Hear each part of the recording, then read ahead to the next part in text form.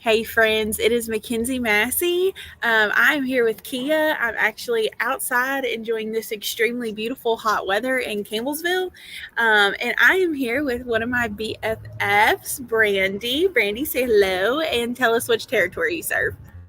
Hello, Facebook. I serve northwestern Kentucky. So I have everything up to the Ohio River, all the way down to Madisonville, and 10 counties all in that area. I am Southern Kentucky, so I serve everything from Wayne County all the way over to Edmonson County, all the way over to Hart County. So we are going to jump right in today. This is going to be a very short one. As you can see, it's just me and Brandy that are doing it today. So we're going to be short, sweet, to the point. If you couldn't tell, we are talking about avoiding summer setbacks. So we're talking about some things that we can do this summer to kind of avoid that, what we like to call summer melt. So we can avoid that time where we kind of get in slums, where we're not exactly prepared for the upcoming year. So we're actually going to give you kind of a few things that you can do for each grade level. So we'll do high school freshman, sophomore, junior, senior, and then first year college students, and then returning college students. So, Brandy, what is something that an incoming high school freshman, so someone who just graduated eighth grade, what is something that freshmen can do to kind of avoid that summer melt? First of all, I feel the summer melt. I can't believe how far we are into the summer. But it's not too late to go ahead and get yourself connected to the things that you need to expect for that freshman year. So if you don't already follow your high school on social media, there's going to be posts about things going on. It's so easy when you are not connected, when you're not using those apps and getting on your Google Classroom and things like that. It's easy to miss out on stuff. So make sure that you know when you need to schedule your classes or attend an orientation. If there's a summer reading requirement at your school, make sure that you have that done. You don't want to start off high school on the wrong foot. If there's not any sort of summer reading requirements, and you just want to keep yourself in that ready to learn, keep that mind going, go to your local library and sign up for summer reading. A lot of our libraries give away some awesome stuff, including a 529 savings plan for college. So make sure that you stay connected with that. If you need to have different things for high school than you needed in eighth grade, get yourself a school shopping list. Start paying attention to if you see things out there that you think you might need.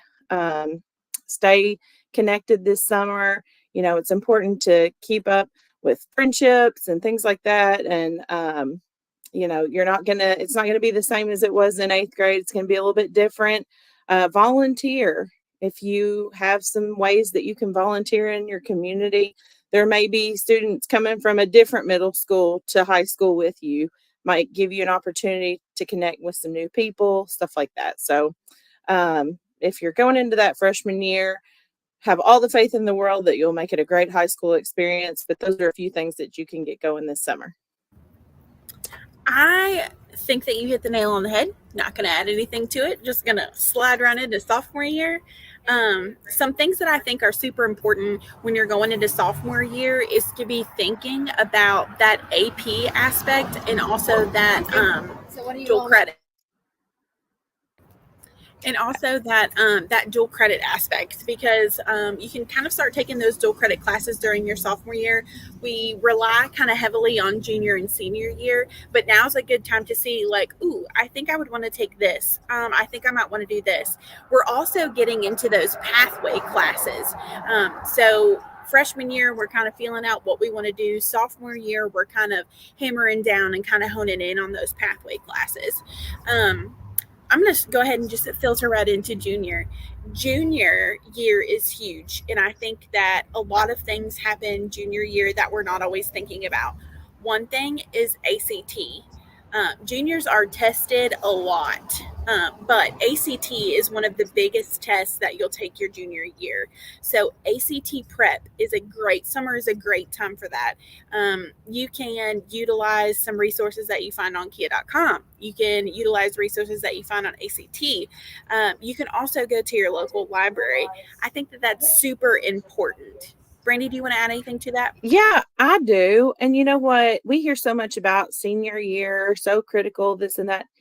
I just want to tell you guys that are going into your junior year, take a minute to breathe, because that junior year is really where that transition from, kind of being a kid, early high school, to really starting to focus on your future and being an adult. So, there's a lot of responsibility that goes along with that.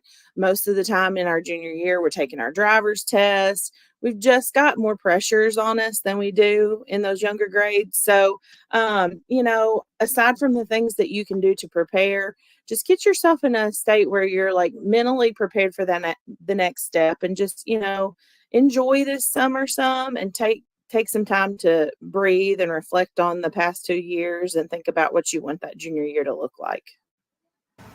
I agree with that 110%. And also, I think that junior year or prepping for junior year, hang on just one second,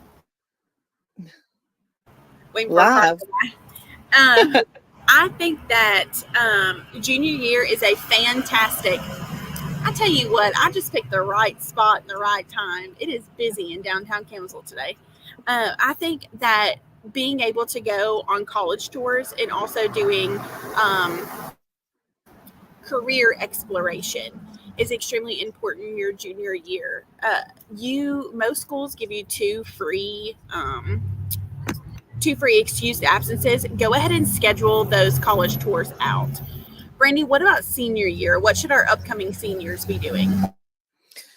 Well, seniors, I think if you guys have started doing some of those things that Mackenzie mentioned in your junior year, you've got a head start, because you'll, some of those same things, continuing to go on college tours, and, really narrowing your focus for what you want your future to look like.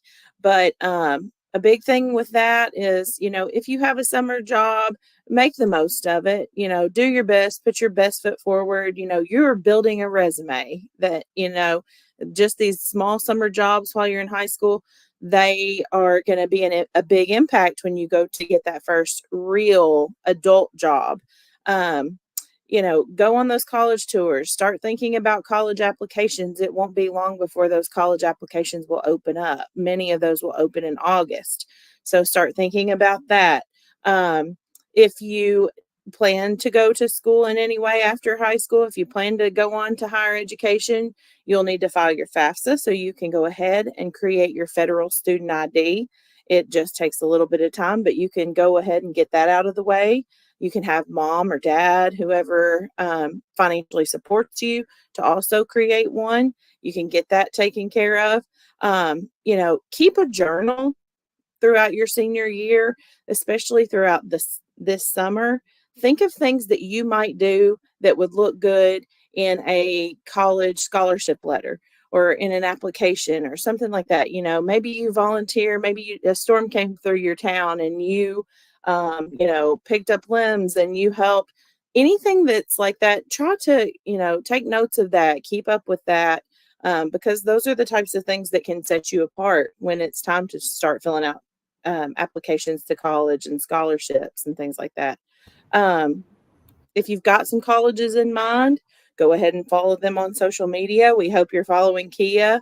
We like to keep you updated on things that are going on, deadlines, dates. We're a good hub for you to follow on a lot of different social media platforms. So, Mackenzie, anything you want to add to that? I tell students when I present to that note section of your phone to put every single thing that you've done since the summer before your freshman year, every single extracurricular activity. That way, if you go into college or you need a letter of recommendation of some sort, you can send that list to whoever and be like, pick something. This is what I've done the last 4 years. I also think that following those colleges and universities and institutions on social media, can you still hear me? Mm-hmm. Okay, on social media is extremely important, especially if you are still making a decision on where you want to go. Kind of feeling out the vibe. I always tell students that I think that you should go to a football game or a basketball game or a bowling match or a chess team whatever you want to do, fill out that college or university. That way you can kind of go on a tour and they'll be like, this was founded by so and so, this was this. But you're able to go and feel out the vibe of that college, of the culture of that college or university. um, First time or first year students college wise, we're going to kind of filter into that. This is so much fun. I think the summer before my freshman year, the summer before my first year of college was so much fun because I got a new roommate. I was able to pick out new everything, new bedding, new notebooks. I got to kind of look at laptops. I was able to do a lot of new things. And I think creating that list, I'm a list person. I love making lists. Sometimes I'll make a list of things that I've already done just so I can scratch it off. Um, but being able to create a list of all of the things that you're going to need for that first year, setting up, and this goes for every single year, scheduling classes, setting up orientation, attending athletic camps. I went to Campbell University. I'm in Campbellsville today. I was able to go to athletic camps during the summer. So I think that that was really awesome too. Brandy, you know what? Let's just wrap it up. We've been here for 12 minutes. Um, Brandy, what about returning college students? I do. I want to back up real super quick and just say, going into college, make sure that you are presenting who you want to be moving forward. Your high school years are over. You don't have to be who you were in high school if that's not who you want to be. If that's not putting your best foot forward, then really look at your social media. Take a good deep dive into that and say, who am I putting out there for the world to see? And so, if it's cleaning up some of that, if it's changing some of the things, but it's a clean slate in a lot of ways. There's a lot of people that you don't know that, you're going to meet. Like, who do you want them to see? So I just wanted to add that on to those students who are getting ready to start college. But for those of us, who have been through this already and we've gone to college and we know what that's like, you you are just starting with a blank slate in so many ways. So yeah. Now for our returning college students, we know you're going to get new. It's almost like every year is kind of a first year because you may get a new roommate. It might not be who you had last year. You're gonna need a new planner. You're gonna have new classes. It's just like every other year. You're gonna have a lot of things that are new, and so make sure that you're ready for all that stuff. Again, with the athletic camps, if that's something that you're doing this summer reading. Don't let yourself get behind because you're out of that academic mode. If you need to request a degree audit to look and see what you have completed so far, are you on track? Are you going to be graduating on time? What's that look like? Are you still happy with the degree that you've chosen? Is that the right degree path for you? Do you need to make changes to that? Right now is the time to be thinking about that stuff.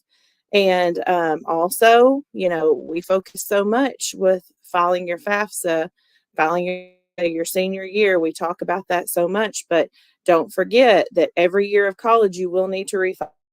So make sure you know what that FSA username and password is when you need to log back in and file your FAFSA for the next year. So we don't know exactly when that's going to be, likely close sometime late October, but make sure that when that day comes that you don't forget that you need to file your FAFSA again. I would totally agree. And I probably shouldn't have cut our first year in returning short. Um, I saw a quote the other day, and it was something about it's never too late to make a change. It's never too late to reinvent yourself. It's never too late to say no. It's never too late to say yes. So just kind of keep that in mind when you're going forward, especially during college. Set boundaries with yourself. Set boundaries with other people. If you're in a situation that you know isn't fitting for you anymore, have the courage to bow out. Right. Especially if that means the wrong major or the wrong degree, or maybe that group of friends, and this goes for every year, high school freshman all the way up through college, all the way up through adulthood. If those friends aren't the group of friends that you should be having, it is never too late to bow out. It's never too late to Right. set those boundaries and kind of reinvent yourself. Also, summer for our returning college students, if you were like me, where you got 2 years into your degree and was like, oh my gosh, this is terrible. Summer is a great time for you to take some classes and kind of catch back up. So just kind of be thinking about that. Are you, if you're going into your junior year and you get that degree audit and you realize, you know what, I'm going to have to double up and take 21 hours. I can't do that. I can't do that financially. I can't do that time wise. Think about taking a class during summertime so you're not taking 21 hours. Um, so just kind of think about that as you're returning and as you're going back to school. Brandy, do you have any closing statements or maybe some advice that you would like to give students who want to avoid summer setbacks and summer melt? I think just the last thing is just, follow that gut instinct when it comes to, the classes that you're taking, the friends that you're with, that, if you dread going to school, look at that and think, why am I not excited about this? Are there changes that I can make before this new year comes? What are some things that could be different? This is the time to kind of evaluate that and think through that and hopefully set yourself up for a great year. And so I just wish all of you all an awesome next school year. We will see you guys out there. We will be out in our territories, out in areas that are not in our territory. If you see your KHEAA counselor, please come and say hi to us because what we do, all of the work that we do is for you guys. So I hope you guys have a great summer and a really good coming school year. I love that. Well, friends, I told you it would be short, sweet, to the point. I got us in 20 minutes. If you have any questions, please feel free to reach out to your outreach counselor, to reach out to anyone in your area with KHEAA. You can text us, you can call us, you can do whatever you need to get a hold of us. We're active on Twitter, we're active on Instagram, we're clearly active on Facebook. We're pretty hysterical on Instagram, so be sure to follow us there. But if we can help you to avoid that summer melt, please feel free to reach out to us anytime. But you guys have a good rest of your summer, and we will see you in August. Bye. Bye.